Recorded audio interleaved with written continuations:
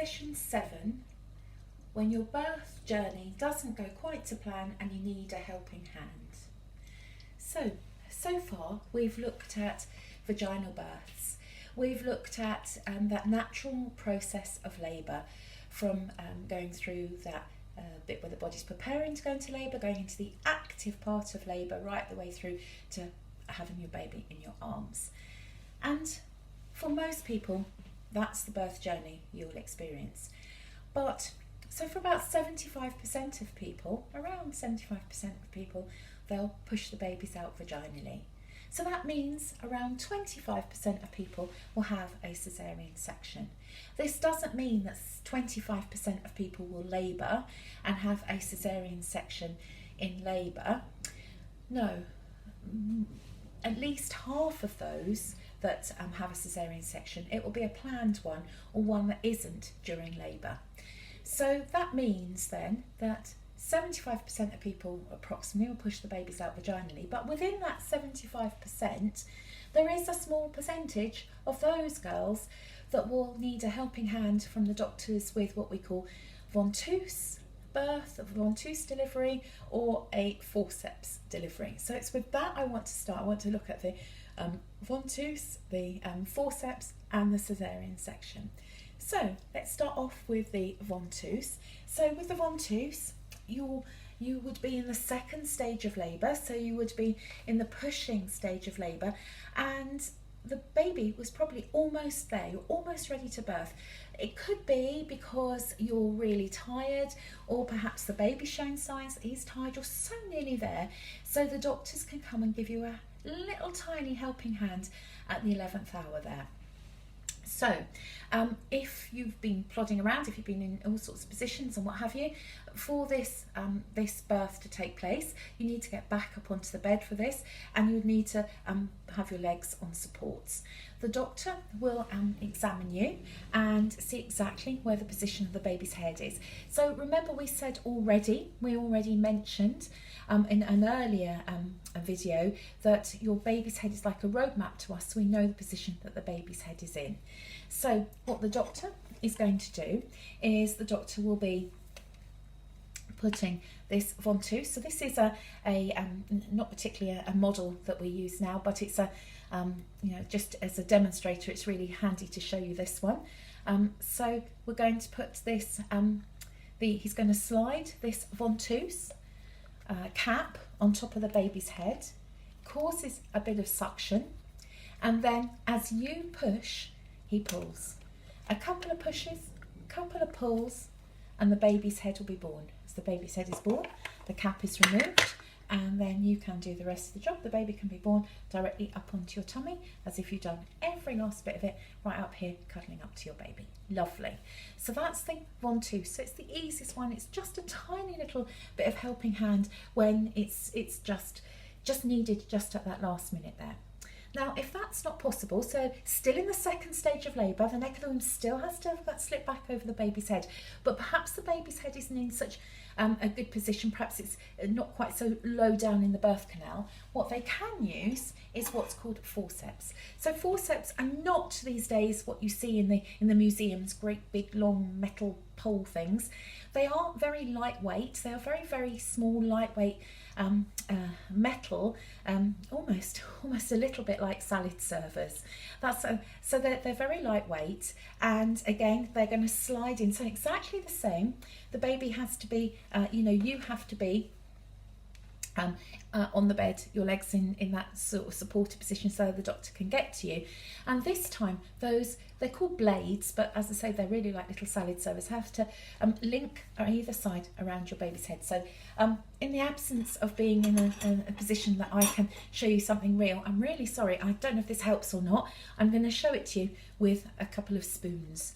So the one would slide in one side of the baby's head, and usually goes sort of over that part of the head, by the ears there, and the other one the other side, and then there's kind of like it links together in the middle.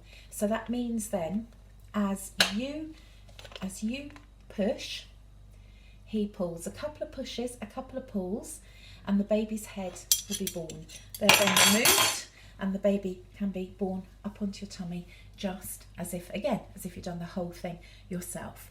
So I'm sorry if that's a little bit of a funny way to show you, but I hope that gave you a bit of an idea. Now, of course,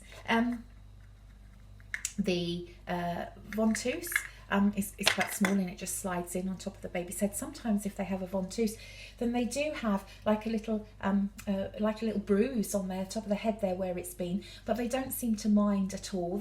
It doesn't seem to be of any discomfort to them. I mean, we see it and we think, oh, I wonder if that's all, but it obviously is not at all to them.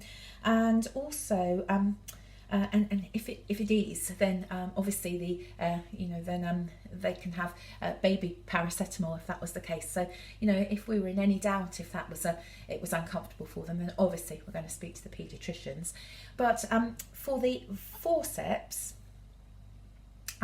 that takes a little bit more space as that slides in either side of the baby's ears. So that is the most common time that as a woman in labour that you're likely to have for the birth what's called an episiotomy. So if I was to show you like this, see my hands there, that is the if we think of this as a woman is birthing, this is the vaginal area. So there's the vaginal area, which if you past a woman's labour sort of looks kind of quite diamond shaped, doesn't it?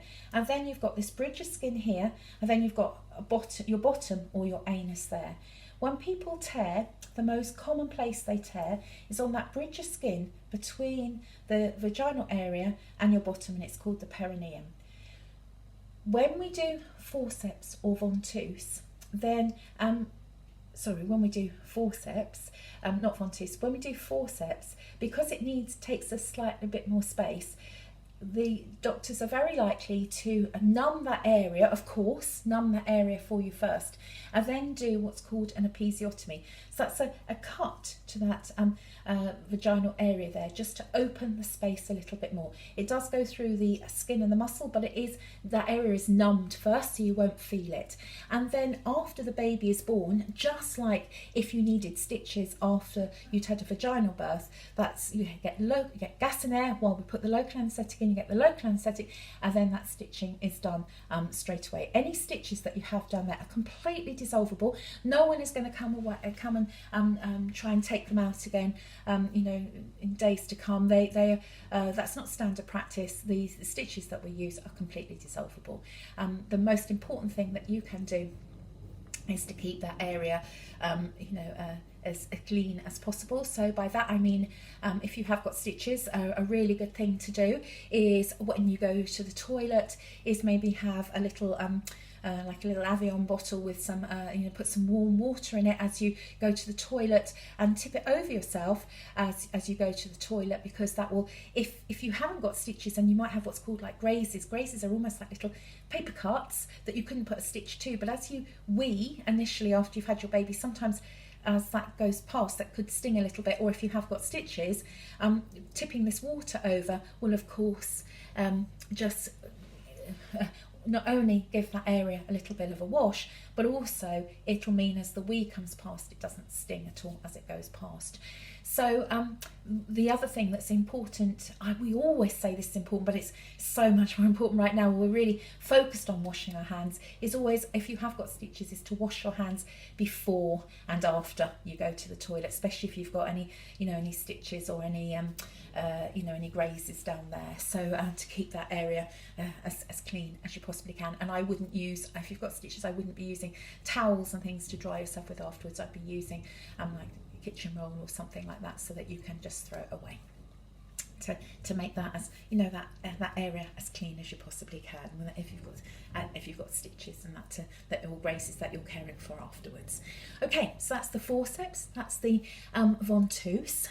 Now the last thing that I want to talk about is the caesarean section, but as we're already up to 9 minutes, I'm going to stop this video and I'm going to do it on a separate little video. It'll be short, don't worry, but I'll do it.